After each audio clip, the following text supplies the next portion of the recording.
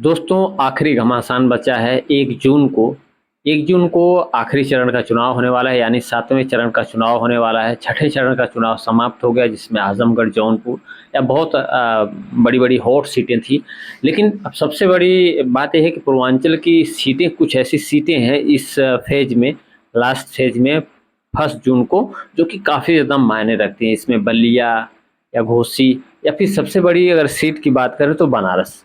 बनारस की सीट भी आई है, जहाँ पे इस समय समाजवादी पार्टी की डिंपल यादव और प्रियंका गांधी ने रोड शो भी किया था। पीएम मोदी का दौरा भी हुआ, तमाम बड़े-बड़े नेताओं का दौरा भी हुआ, तो काफ़ी ज़्यादा महत्व रखती है ये आजमगढ़ सीट। बात करेंगे पहले बलिया की, क्योंकि बलिया की सीट भी काफ़ी ज़्यादा महत्व रखती है। खासकर बलिया से काफ़ी ज़्यादा सैनिक जो है देश को मिलते हैं, तो कहीं न कहीं अग्निवीर योजना जो है कितना प्रभाव डालेगी या किस तरीके का वहाँ पे वोट होने वाला है।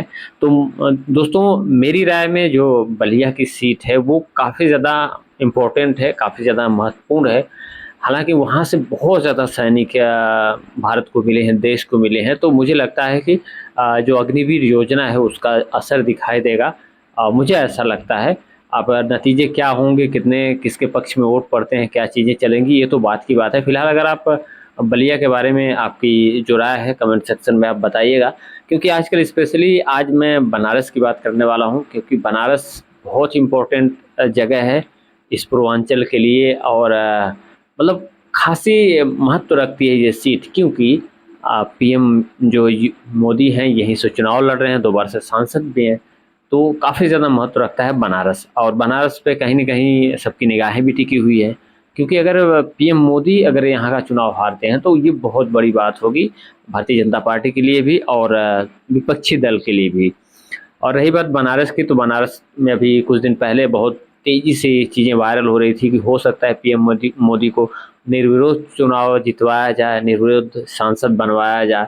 क्योंकि उस टाइम पे बहुत सारे लोगों के पर्चे जो है खारिज हो रहे थे, नामांकन नहीं लोग कर पा रहे थे, तमाम अव्यवस्था देखने को मिली थी तमाम सोशल मीडिया पे। यहाँ तक कि जो श्याम रंगीला कॉमेडियन हैं, उन वो भी अपना पर्चा नामांकन नहीं कर पा रहे थे। किसी तरीके से उन्होंने नामांकन किया, लेकिन लास्ट में उनका भी नामांकन रद्द कर दिया गया।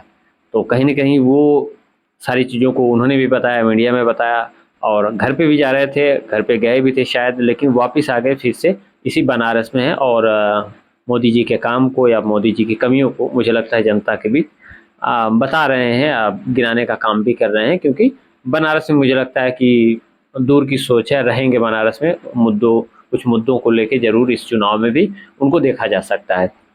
तो ख़ास तौर पे जब श्याम रंगीला यहाँ से चुनाव लड़ने आए थे, नॉमिनेशन को लेके जितनी ज़्यादा दिक्कतें उठानी पड़ी, जितनी ज़्यादा प्रॉब्लम्स हुई, उनके साथ-साथ बहुत सारे ऐसे कैंडिडेट थे जिनके नामांकन रद्द किए गए, जिनको नॉमिनेशन करने में काफ़ी ज़्यादा दिक्कत आई थी। इस बात को लेके काफ़ी सोशल मीडिया पे हो हल्ला भी मचा।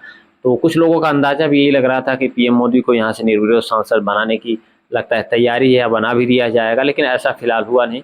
और महागठबंधन के प्रत्याशी अजय राय भी यहीं से हैं, जिनके लिए जो है काफ़ी गठबंधन के जो भी शीर्ष नेतृत्व हैं, जैसे प्रियंका गांधी हुई, डिंपल यादव हुई, अखिलेश यादव, राहुल गांधी, तो तमाम लोग प्रयास भी कर रहे हैं। खैर भारतीय जनता पार्टी के लिए तो पीएम मोदी का क्षेत्र है, तो वो तो कर ही रहे हैं, लेकिन अब की बार कहीं न कहीं आप कह सकते हैं विपक्ष जो है काफ़ी दमदारी से बनारस में उतरा है और चुनाव अभियान में भाग ले रहा है, रोड शो हो या कुछ भी हो। अब रही बात कि बनारस के विकास की बात, अब विपक्ष कई बार क्योटो शब्द का इस्तेमाल करता है, क्योंकि पीएम मोदी ने क्योटो बनाने का वादा किया था, क्योटो सिटी। मैंने तो नहीं देखी, शायद आपने देखी होगी। तो क्योटो सिटी की तरह बनारस को बनाने की बात कही जा रही थी, जिस पे विपक्ष हमेशा उनको घेरता रहा है और नदियों का जो सिस्टम है, नदियों की जो हालत है, उस पे भी काफ़ी सवाल उठते रहे हैं। हालाँकि बनारस में कुछ चीज़ें बदली भी हैं, तो बहुत सारी चीज़ें हैं। अब देखना ये है कि जो जितने भी पीएम मोदी के कार्यकाल में बनारस के लिए काम हुए हैं, वो भारी पड़ते हैं या फिर जितने नहीं काम हो पाए हैं, जो नाकामया कह सकते हैं नाकामयाबी है या फिर जो काम रुके हैं, जिन पे ध्यान नहीं गया, जो किसी कारणवश से नहीं हो पाई, वो हावी होते हैं। तो ये चीज़ें देखनी होगी और लेकिन कहीं न कहीं आप कह सकते हैं इस बार लड़ाई इतनी आसान नहीं है, चाहे पीएम मोदी हों या फिर विपक्ष हो। फिलहाल पीएम मोदी के लिए सेफ सीट मानी जाती थी, लेकिन अब की बार जो जो हालात हैं, जिस तरीके से चीज़ें चल रही हैं यूपी की, अगर मैं खासकर बात करूँ, तो उस तरीके से आप ये अंदाज़ा नहीं लगा सकते कि अब की बार का चुनाव किस तरफ जाता है। लेकिन ये है कि बनारस की सीट अगर पीएम मोदी किसी वजह से हारते हैं या किसी वजह से चूक जाते हैं, तो कहीं न कहीं भारतीय जनता पार्टी के लिए या फिर कह सकते हैं कि काफ़ी ज़्यादा ये असर डालने वाली है आगे आने वाले चुनावों पे भी। और विपक्ष की भी भूमिका कहीं न कहीं बहुत ज़्यादा इम्पोर्टेंट है कि अगर इस बार वो पीएम मोदी को हरा के चुनाव जीतती है, तो कहीं न कहीं उसका उत्साह बढ़ेगा और बनारस कह सकते हैं बनारस में काफ़ी ज़्यादा उसका फ्यूचर भी ब्राइट दिखाई देता है।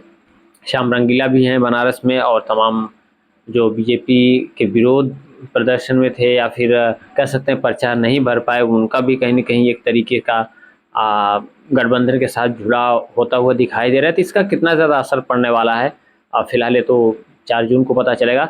1 तारीख को वोटिंग है, लास्ट फेज़ की वोटिंग है, आखिरी चरण में जो है कि बनारस का चुनाव है, आखिरी जो है महायुद्ध है। अब इसमें देखिए किसको कितना समर्थन मिलता है, कितना नहीं। दोनों मतलब गठबंधन की बात करें या फिर भारतीय जनता पार्टी की बात करें, तो दोनों तरफ से काफ़ी ज़्यादा मेहनत से, काफ़ी ज़्यादा दमखम लगाया गया है इस चुनाव में।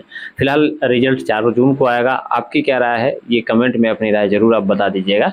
या फिर बनारस की जनता किसको जिताने वाली है? आपको क्या लगता है कि बनारस से कौन जीतेगा सीट और इंडिया गठबंधन की सरकार बनेगी या भारतीय जनता पार्टी की सरकार बनेगी? कमेंट सेक्शन बताइएगा। जय हिंद।